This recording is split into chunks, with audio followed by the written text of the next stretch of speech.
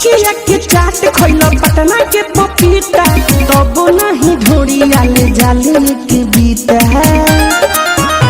छपहुनी के छाछ पियला पकड़ी के पकौड़ा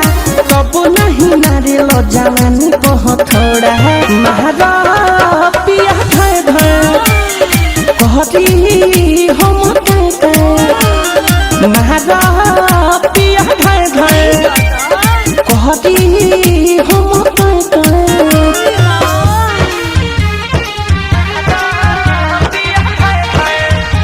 म्यूजिक बाय मंटू मनी।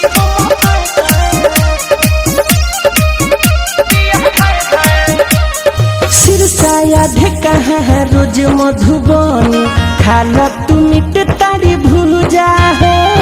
मधुबन शिवहर से आके न लहंगा के करे लो हमारा पूजा हो आगे सिरसाया ढेका है रोज मधुबनी खाला तू मिट तारी भूजा हो मधुबन शिवहर से आके न लहंगा के करे लो हमारा पूजा हो बड़का गाँव ढाका शिकारी गंजी रहिया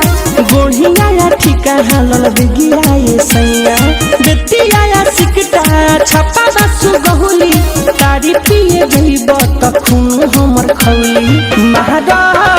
पिया धय धय कहती हम महारा पिया धय धय कहती हम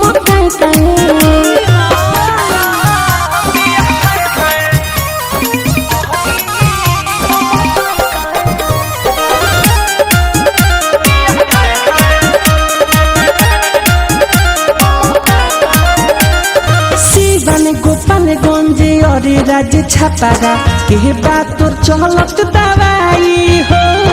घोड़ा सहन छोड़ा दानो लखौरा से खाला मिठाई हो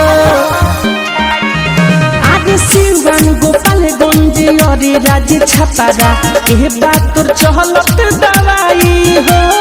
घोड़ा सहन छोड़ा दानो लखौरा से खाला मिठाई हो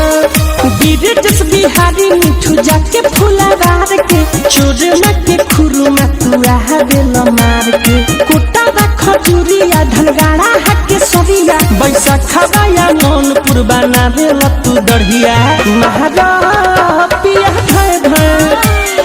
कहती